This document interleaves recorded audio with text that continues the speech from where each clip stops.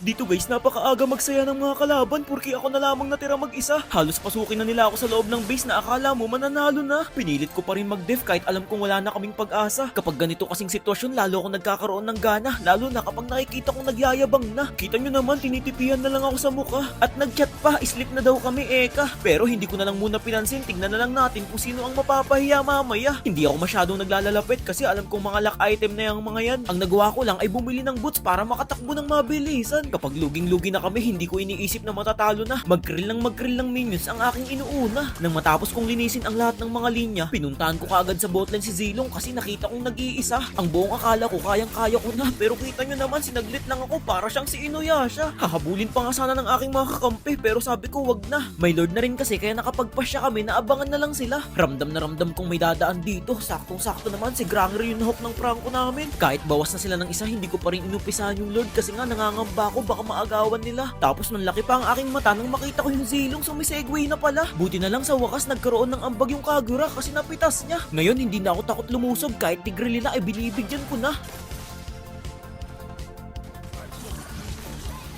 Dito na ako nagkaroon ng tsansa para sa paglulord ay mag-umpisa. Binurse ko na kaagad guys para mapabilis ang pagpuksa. Nakampante pa nga ako na wala na akong kaagaw dito pero maya-maya bigla pa rin bumalik yung suyo. Pero actually nakuha ko pa rin kahit ang kapalit nun ay buhay ko. Ngunit kahit papano naman pinagiganti ako ng mga kakampi ko. Sabi ko wag nyo hayaang makatakbo. Pero hindi mo mapagkakailang magaling talaga tong suyo nila kasi kita nyo naman nakatakas pa. Ako naman ngayon yung magsasabi ng slip sa kanila. Nang ako ay makabalik muli, pitas-pitas lang ang aking ginawa. Ang aking inuna ay si Vexana. Nakasalubong ko pa yung tank nila, buti na iwasan ko kaagad. Kung hindi, baka ako ay nakaladkad. Muli na namang nagpakita sa akin si Jilong pero sa pagkakataong ito kay Franco ako ay nagpatulong.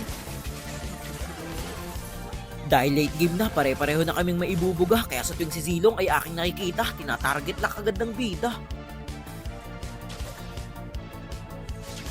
KKS pa sana yung Benedetta eh, malabo kang makaagaw sa akin iho. Sa pagkakataong ito, muli na namang naglalord yung mga kalaban. Kilala nyo naman ako, hindi ako naaagawan. Baka cheeky ang dalawang lord, hindi man lang ako nakuhanan. Halos 4 din yung napitas ko sa kanila. Siguro ngayon nagsisisi na sila sa kanilang ginawa. Syempre hindi mo awala dyan yung pag-chat ko. Sabi ko sa kanila, ang kukulit. Hindi pa nga nagsindi, nagkamali ako kaya aking inulit. Kampante ako mananalo na kami dito guys, kaya kung ano na rin yung mga nasasabi ko. Nakuha ko na rin tumipi-tipi sa kanila tulad ng ginagawa nila sa akin kanina nung una. Si Granger na lang tapos Jilong ang magdedep, sa tingin nyo kaya pa kaya nila?